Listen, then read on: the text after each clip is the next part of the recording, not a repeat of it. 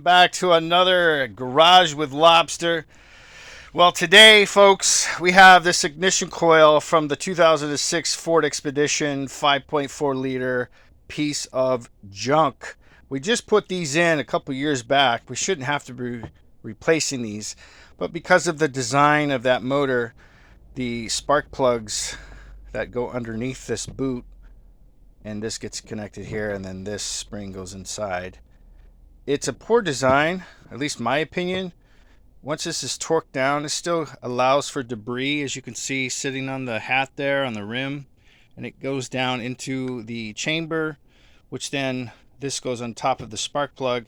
And right now we have water in that chamber in the car, causing this particular spring to corrode. But here's the bad news.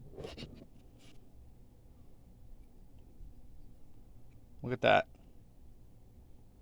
You see that in there? It's supposed to be a tab. It's corroded.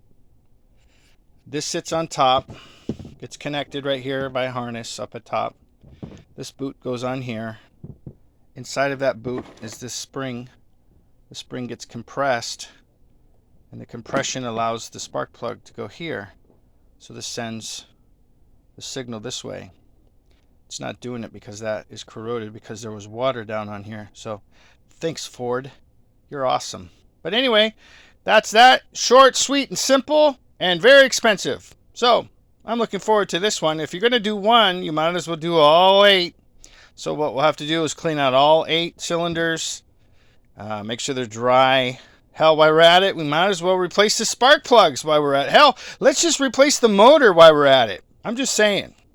Have a good day. If you haven't liked, subscribed this video, subscribe to the channel. I would greatly appreciate it. And I'll see you later with my dirty fingers. Peace.